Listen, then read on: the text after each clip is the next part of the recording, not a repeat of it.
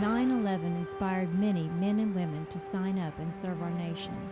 Noah Galloway shared that passion. I saw that we were probably going to go to war, and I saw a reason to be in the military. Soon he would discover he was hooked. We went straight through the middle from Kuwait all the way up to Jeff Karbala into Baghdad. Some days were good, some days were bad, but I loved every minute of it. And it was while in Iraq that I kind of decided this is what I'm going to do for the rest of my career.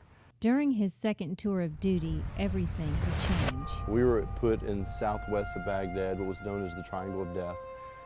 And we lost a lot of good guys. I mean, within the first week, we started losing, we lost like 3 guys. And it just never seemed to end. And the mission was confusing, there was just a lot of bad things that happened, so it made it really difficult. After returning first from a successful mission, rest would be short-lived. As soon as I started to doze off, the platoon leader, Lieutenant Edson, woke me up and said, hey, we're going to take these vehicles, the Humvees, and go pick up the rest of the platoon. They're done. And driving at night in 2005, we drove with headlights off, night vision goggles on. And as we're heading down the road, those night vision goggles, you can see well, but you can't see everything. And what I didn't see was a tripwire stretched across the road. And when my front tires hit it, it detonated a roadside bomb large enough that when it hit my door, it threw this 9,000-pound Arbor Humvee flying through the air and landed in the canal running adjacent to the road. After being unconscious, not knowing what had happened, Noah would soon wake to a new reality. It was all news to me that I'd lost my arm and my leg, and my mouth was wired shut because my jaw was shattered, and had a lot of injuries to my right leg, had no feeling to it for the first couple of weeks. They did some experimental surgery on my spine, got it working. So it was a lot to take in when I woke up. I was always a physical person, so I felt like all that was over. Angry and miserable in private while wearing a public smile would become the new normal. I drank a lot. I would spend days where I didn't leave the house. I just laid around in my misery. And then when I went out in public, I acted like everything was fine. I was in denial. Finally, enough was enough.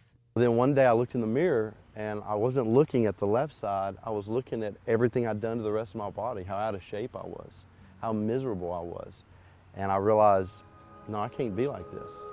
So I joined a 24-hour gym. And I'd go in at midnight, 1 o'clock in the morning, and I would work out. And there is no program out there. There's no magazine, no book. You can't Google it. A workout for a guy missing an arm and a leg. So I was in there trying to figure things out, and I started to. And I started to see improvements in my body, and then I started going during the day, and it didn't bother me. And then I joined a bigger gym.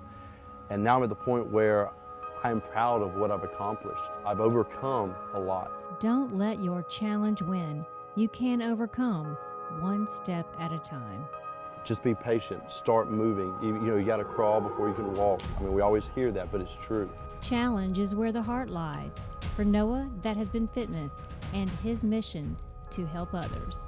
Fitness has changed my life, put me in a better place, and I want to share that with others. A couple weeks ago, I was at Children's Hospital to meet a 12-year-old kid that lost his leg to cancer.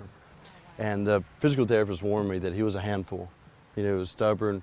And when I met him, I was really impressed. I told him, I said, this kid's going to do good because he reminds me of myself. Does Noah see this as his new mission or calling in life? I've joked and said that it is my passion. It's like my religion. I'm that close to just going door to door and asking people if you accepted fitness into your life.